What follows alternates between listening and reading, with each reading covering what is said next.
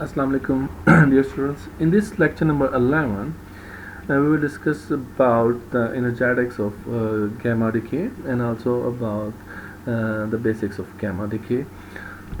So, mostly it occurs after the alpha decay or beta decay, in which the final nuclei or the daughter nuclei in the excited state comes to the ground state with the emission of gamma rays. Gamma rays are simply photons of electromagnetic radiations like X-rays or visible light, but of high energy than of them. So there is some energy of gamma rays ranging from zero point 0.1 to 10 mega electron volt, and you can see also in the equation that there is no change in the mass number and also no change in the proton number or neutron number.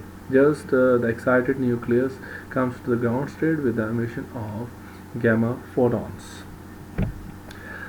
So it was Paul Willard, a French chemist or physicist, who discovered the gamma radiation in 1900 while studying the radiation emitted by radium. In 1903, the Ernst Rutherford named this radiation gamma rays based on their relatively strong penetration of matter.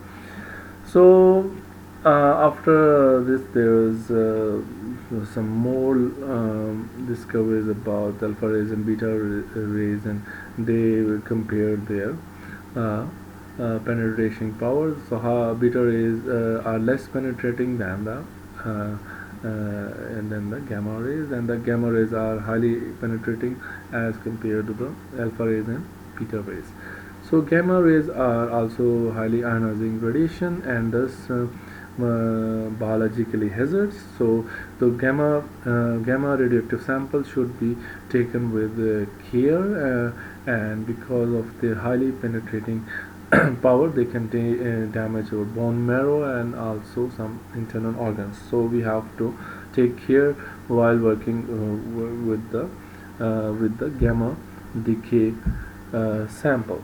So unlike alpha and beta rays, they can pass easily through the body and thus cause some damage to the organs. So we need to discuss more about it. We need some thick material or thick a box made of thick material like lead to place this gamma radioactive sample in it, so that the gamma rays do not come out of this box. So due to their highly penetrating in nature, the gamma rays requires large amounts of shielding mass to reduce them to the levels which are not harmful to the living cell, in contrast to alpha particles, which can be stopped just by a paper or skin, and beta particles in contrast can be shielded by thin aluminum sheet. So gamma rays are best absorbed by materials with high atomic numbers and high density, such as lead. lead sorry lead major advantage is not in lower weight, but rather its compactness due to its high density. Gamma rays cause damage at a cellular level and are penetrating. So alpha rays can be stopped by just paper, beta rays can be stopped by aluminum sheet, and X-rays can be stopped by lead, and gamma rays can be stopped by lead. But if you completely want shielding of this gamma radiation, you need a concrete. Gamma decay process involves the decay of the excited nucleus to the ground state, and the initial excited state is demonstrated by EI, and the final ground state is demonstrated by EF. The energy difference between them will give you about the energy of the emitted photon as it is written in this equation. So gamma rays are not reflected by magnetic field. It means they do not carry any charge as compared to alpha and beta rays. So here the energy of the gamma rays can be calculated by simply considering a decay of nucleus M which is at rest from an initial excited state EI to the final state EF. To conserve the linear momentum, the final nucleus will be at rest but must have a recoil momentum PR. And if we apply a conservation of total energy, so initial momentum, initial energy is EI, and in the final we have the EF is the final ground state energy of the nucleus, plus E gamma is the energy of the gamma rays, and plus TR is the recoil energy of the nucleus. So conservation of total linear momentum gives initial momentum is 0 because we consider the initially the bare nucleus is at rest. In the final scenario, we have momentum of the gamma radiation and the recoil momentum PR of the nucleus. In magnitude, both are equal.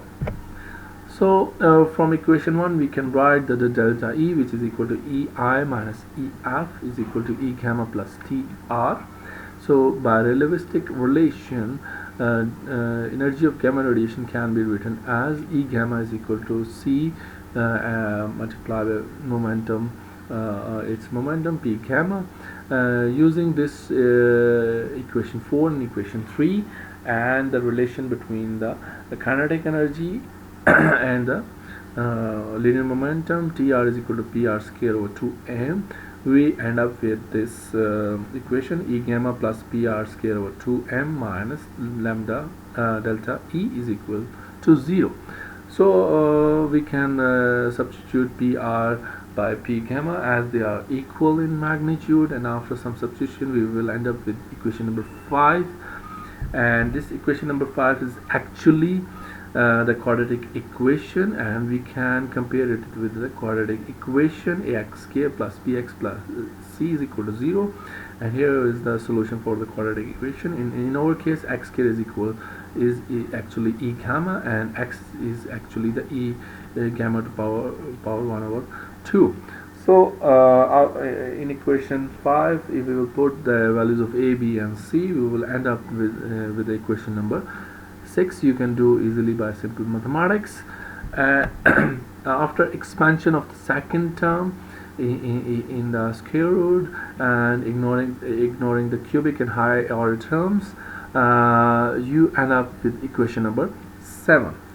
So in equation number 7, the energy of the gamma rays is equal to delta E minus correction term, and actually if we ignore the correction term, E gamma is equal to the energy difference between the two states of the nucleus, which is EI minus EF, which is the same as we normally discussed in the atomic transitions.